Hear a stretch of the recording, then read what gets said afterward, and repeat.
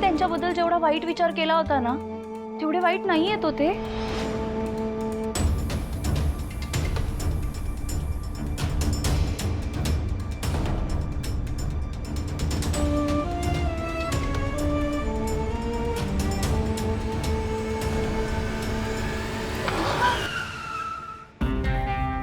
काय कुठे लक्ष आहे तुझं? सॉरी, माझ्या डोक्यात जर वेगळेच विचार सुरू होते. काय कसले विचार?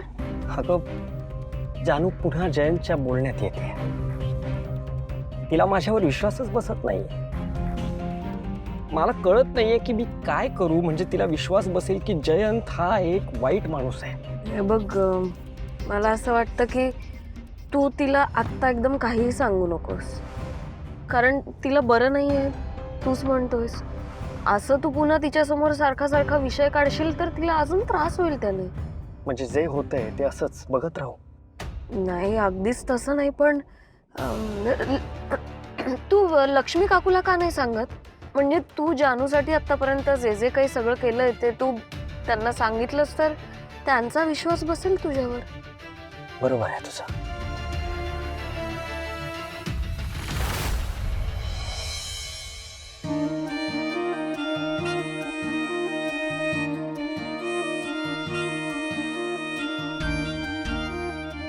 कात्री मागवू का?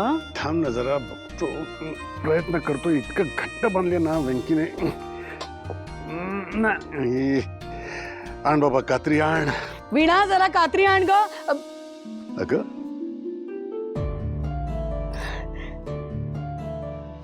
इतक्या वर्षांची सवय हो, उडायला थोडा वेळ लागेल नाही?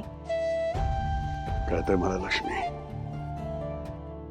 पण मुलं नाहीत म्हटल्यावर घर लगेच सुना सुना वाटायला लागलं ना.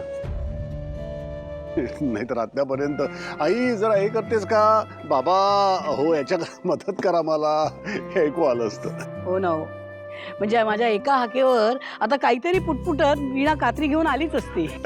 पण तेवढ्यात वीणा आल्या आल्या संतोषने तिला दुसरं काहीतरी काम सांगितलं असतं. अगदी. मग तुम्ही मदतीला हरीशला हाक मारली असती. पण हरीश नसता आला, कारण तो सिंचनाकरता कॉफी बनवत असता. आणि मग शेवटी आपल्या व्यंकीनेच गुढी उतरवली असती. खरंय लक्ष्मी, मुलांची आठवण येणं साहजिक आहे ग, पण आपली मुलं आनंदात आहेत, खुश आहेत, यातच आपण समाधान मानायचं, बरोबर की नाही? अगं, इतकी वर्ष आपण मुलांचं करण्यात, घराचं करण्यात घालवली. खरं तर एक गोष्ट तुला माहिती आहे का, एकमेकांकरता आपण कधी विचारच नाही करू शकलो. एकमेकांचा सहवास किती वर्षांनी आपल्याला मिळणार आहे आता पुन्हा एकदा. तेव्हा इतर कसलाही विचार न करता यापुढे आपण एकमेकांचा सहवास अनुभवायचा, अगदी मनसोक्त. कल्पना छान आहे. आता एक काम करा, काय? की जरा काठी वगैरे आवरून ठेवा. तोपर्यंत मी आपल्यासाठी फक्कड असा चहा करते. नाही, चहा नाही. का? म्हणजे चहा करणार, पण मी करणार, तू नाही. तू निवांत बसून चहा प्यायचा आहे. कशी आहे कल्पना? बेस्ट.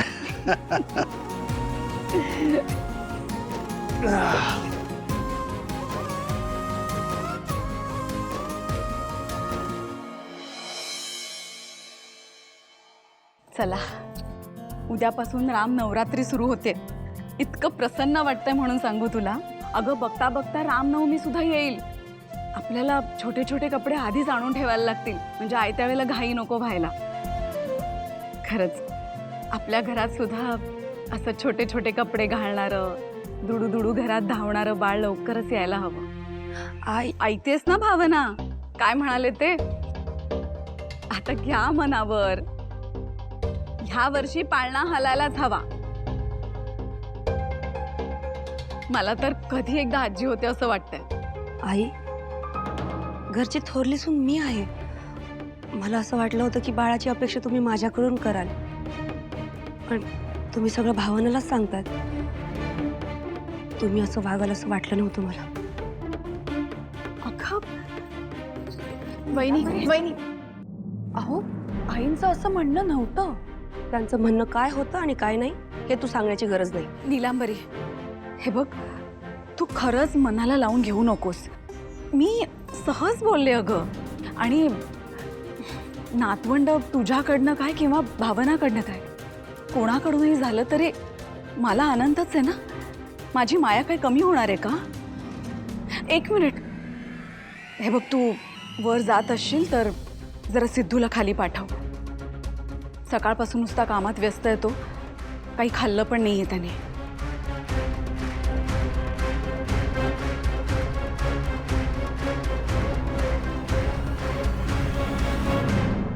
सिद्धूला खाली पाठव म्हणे.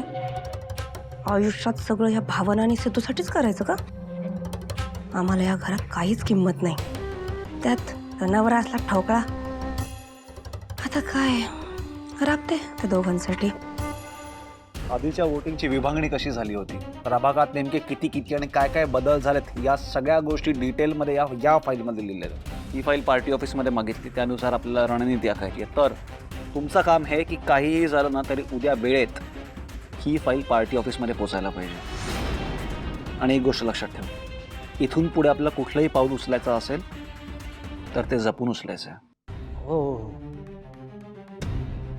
कसं आहे, पप्पांनी माझं नाव घोषित केलंय खरं, पण याचा अर्थ हा होतो की माझ्यावरती, रादर मी बोलतो आपल्यावरती ही जबाबदारी आणखीन वाढली आहे. हो हो. पक्षातल्या माणसांचा आपल्याकडे बघण्याचा दृष्टिकोन सुद्धा बदलणार आहे. त्यामुळे जर त्यांना आपण विश्वासात घेतलं तरच निवडणुकीत ते मदत करतील. बहिणी आहोत, तुम्ही इथे काय करताय? सिद्धू आईने जेवायला बोलावले. हा, आमची मीटिंग झालीच आहे, मी यांना सोडतो आणि मग आलोच तसं. अच्छा, तुम्हाला कळलंय ना नेमकं काय? अरे तू टेन्शन घेऊ नको. बाकीच्या नाही सांगा. चल चल. ठीक आहे, चला भेट. सांगतो. चल जाऊया. भाई हिमेशला सांगायचंय आणि वेळेत उठ सगळं. हा.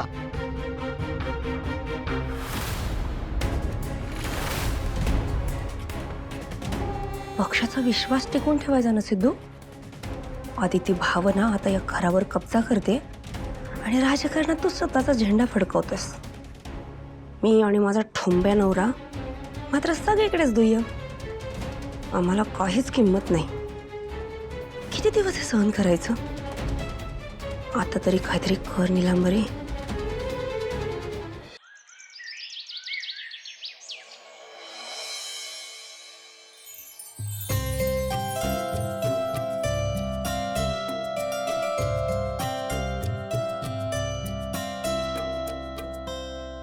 इतक्या वर्षांनी मुलांशिवाय सण साजरा करणं एकटं एकटं वाटतंय. मुलं असली की कसं घर भरल्यासारखं असतं ना. नाही म्हणजे मुलांची प्रगती होते याचा आनंद आहेच. वीणा संतोषचं स्वतःचं घर झालं, हरीशला नोकरी लागली आहे, त्याचं आयुष्य मार्गाला लागतंय, भावनाचा सुखाचा संसार सुरू आहे. आता फक्त माझ्या जानूची स्मृती परत आली आणि तिचा आणि जयंतरावांचा संसार सुरू झाला की झालं.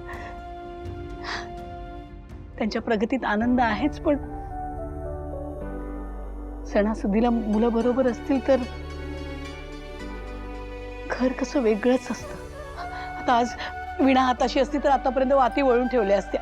सिंचनाने छान सुंदर रांगोळी काढली असती. माझ्या भावनाने वस्त्र तयार करून ठेवलं असतं आणि आरती अशी भरपूर हार फुलं घेऊन पटपट हार बनवत असती.